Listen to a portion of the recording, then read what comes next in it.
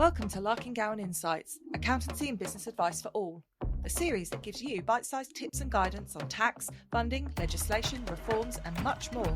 With case studies, business advisory and sector specials and even interviews, our team of experts are committed to helping you navigate the world of accounting and finance, with a variety of presenters from across our specialisms. So, let's get on with today's show. Hello and welcome to the Special Edition podcast discussing the Autumn Farming Conference that Larking Gowen is delighted to be holding again this year, in association with the CLA after the success of last year's inaugural conference that was held at Trinity Park. My name is Bruce Masson and I'm a partner at Larking Gowen and the Farms and Landed Estates team, and I'm joined today by Laurie Hill, who's also a partner in the Farms and Landed Estates team. And we were discussing the format of this year's Autumn Farming Conference, following on from the success of last year's. And in keeping with the topics that we discussed last year, which we tried to keep as contemporary and current as possible, this year we were going to be focusing on issues that are very much prevalent in the industry and in relation to also not just the national setup, but also the international setup as well. So we're going to be focusing on mostly sustainability and water management. We are delighted this year to welcome some headline partners who are joining us at the conference, which are Oxbury, the Agricultural Bank, who are one of a very, very few number of actually specialist lending institutions in the country and have become quite a considerable success story over the last 3 to 4 years. And we're also delighted to be joined by CLA Energy Services, who provide CLA members with invaluable advice on their energy requirements, and in an ever-changing market, one we've seen particularly over the last 18 months in terms of energy prices, one that is actually a completely valuable resource. So to get back to the main topic of discussion today, so it will be on water management and sustainability, and we are absolutely delighted that we've managed to assemble a very, very knowledgeable and expert group of speakers. The event will, as last year, will be hosted by Kath Crowther from the CLA, and as part of the water management, we'll be joined by Andrew Marriott, also from the CLA, who will be able to set the scene from the CLA's perspective around the challenges, the planning and the funding, but also we've got some people who are actually very much on the ground in terms of what they do. So we've got John Patrick, who's been involved in the Felixstowe Hydrocycle project, Charlie McNichol from the Stoddy Estate, who'll be able to talk about their reservoirs and the projects they're undertaking there, and also Sarah Kirkham, who's part of the Heron Hill project, which is a group of joint ventures in Norfolk relating to water management and supply. The whole issue about water management and supply has become obviously incredibly pertinent, not just over the last couple of years, but has been ever present for the last few decades. The natural infrastructure and the additional infrastructure has not actually changed a great deal in the last 3 decades in terms of government provided services.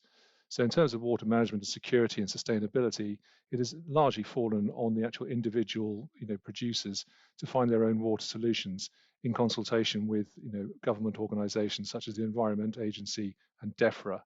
And so we're very much welcoming to having the panel talk from their perspective about the challenges that they've all faced and how we can actually overcome these particular challenges in a world in which we seem to go from large periods of extreme drought, as we had in the summer of last year, and then we roll it forward to 12 months to July this year, which is actually pretty much the wettest in recent memory.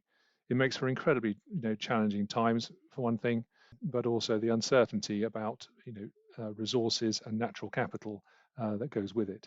I'd just like to bring in Laurie into the conversation now to talk about his view on these as well.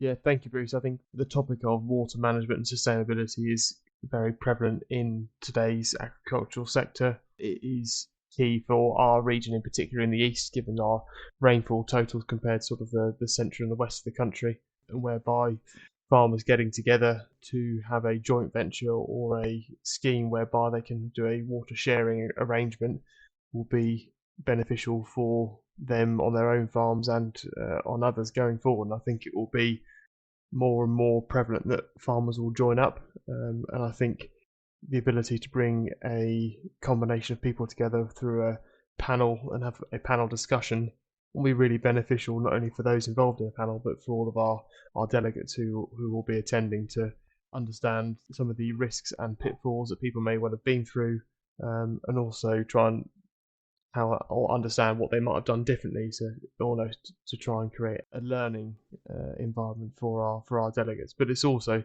sort of pinning back to looking at the sustainability and environmental piece, one of our confirmed speakers is Emily Norton, who is the now ex-head of rural research of Savills, has now gone to be sort of a writer in the Farmers Weekly, is very well known within Norfolk and sort of across the country on her views and pushing forward on the sustainability environmental side, and she's also involved in running her own family farm in Norfolk. One of the big changes we've incorporated this year is that we will actually include a panel discussion to hopefully give a bit more insight. And as with last year, we will encourage people to contribute as much as they can throughout the day, or to actually tweet or text their questions as they go along and as they think of them throughout the discussions.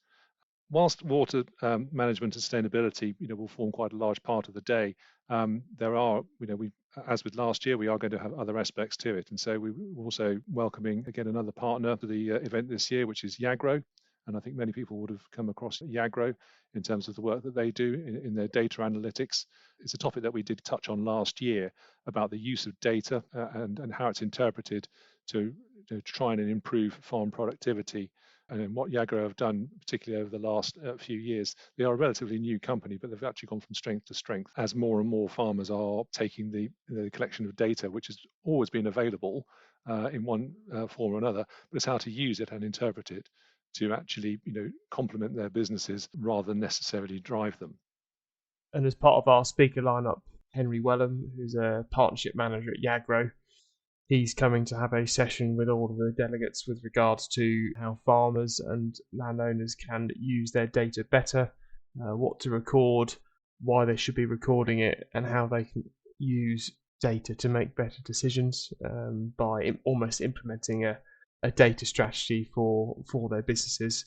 I think the idea is to try and use some case study scenarios so it becomes more of a real life situation so people can gather some intel, and he will obviously be around as one of our other speakers during the various coffee breaks to ask and query any particular points that you want to pick their brains on.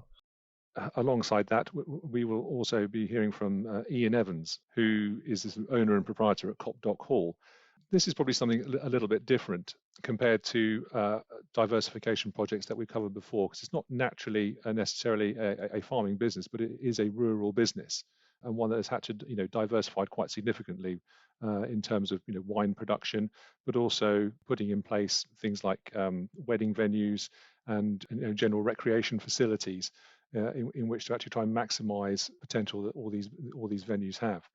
So Ian will be able to talk about the story and the journey that he's been on over the last 20 years, from his days initially as a journalist covering I think the wine areas in South Africa, up to his present day activities in the east of the county. The one thing is quite prevalent and very pertinent in all of these things in terms of the ambition and the growth that everyone wants to achieve is obviously funding. So, as I mentioned previously, we've got Oxbury on board. We've got Matt Ryan on the day from Oxbury, who will be able to talk to us more about what they can offer. But also there are more specialist lenders within the market to finance perhaps more niche projects, whether it be renewable facilities or other forms of diversification projects. So as part of our other partners, delighted to welcome Integrity Asset Finance, who provide niche funding solutions for various aspects of funding, and also Impact Services, who are specialists in renewable technology and what that may entail. So whether it be solar PV systems or wind power or any other form of renewables that are taking the fore. Thank you, Bruce. Because in terms of our conference and what we set up, it's a real focus for farmers and landowners and professionals who are working within the sector to try and come and listen, learn and upskill themselves and hear about people's experiences to date, hear about what's going on in the industry. But also, when you talk about the industry, there's other things that are going on in the background that people always don't think about, i.e. mental health. And we're very, very glad to again partner with Yana, the Rural Mental Health Support Charity, and we partnered with them last year and managed to raise funds for them, which is fantastic. And they do a brilliant job in the area, and they're expanding their services wider afield where they can. We're also glad to support Yellow Wellies Farm Safety Foundation. Farming and agriculture as a sector is one of actually the most dangerous industries from number of deaths per year, which is what we're trying to mitigate. And farm safety is as important as mental health. I think they're on a level playing field, and we're very glad to be able to support both charities this year in raising funds for them. No, absolutely, Laurie. Incredibly important that we include our charity partners on this one, and we are delighted with the work that they do and the way that we are able to support them as well. That also allows me to introduce our media partner, Anglia Pharma, into the conference this year, and we're delighted to be working with them, providing us with press coverage throughout the period up to the conference and also afterwards, as we will hopefully be disseminating and sending out information after that as well. And I think stepping back and taking a look at where we came from the conference, or the inaugural conference in 2022, which was a fantastic event, had a number of fantastic speakers, and it was the feedback that we had from it was really, really, really good and really positive. I think where we touched on looking at the next generation and diversification, they were obviously key topics then and still are now. However, our focus of sustainability and water pressures going forward, I think, are very prevalent in this current day, with the climate change and global warming impacting where things are going and weather patterns. So, Bruce, from your perspective, when looking back at last year, what was your particular highlight? Two things really. It was one, hearing about Izzy Rainey, particularly as effectively a debut entrant into farming, and the challenges that she faces, both in terms of achieving a marketplace for herself, and also and how to get up to any form of scale.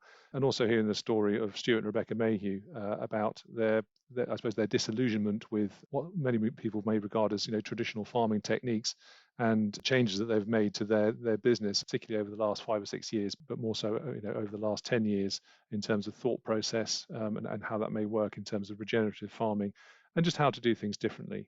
You can actually look at the video either on our YouTube channel or go to our website under the events section and see the video that we made of last year, which has a recap from many of the speakers on the day. The links to all of the information about the Autumn Farming Conference are in the show notes today. And just a reminder that the conference itself will be held on the 10th of October at Worsted Park near Ipswich. There are discounts available if you are a Larking Gowen client or a CLA member. So please take those into consideration when booking. The booking page is also in the show notes and also from our website. I'd just like to thank Laurie for his input today, and most of all, very much looking forward to seeing everybody in what is about 7 weeks' time at Worsted Park, and seeing many of our clients, many of our contacts, and hopefully some new faces as well, to hear what should be a very, very informative and hopefully enjoyable day. Thanks very much, Bruce. Thank you for joining us for Larking Gowen Insights, Accountancy and Business Advice for All. Don't forget, you can find more information about today's topic and more about how our team of experts can help you in your business by visiting our website, larking-gowen.co.uk. Join us again next time for another fascinating insight into the world of accounting and finance.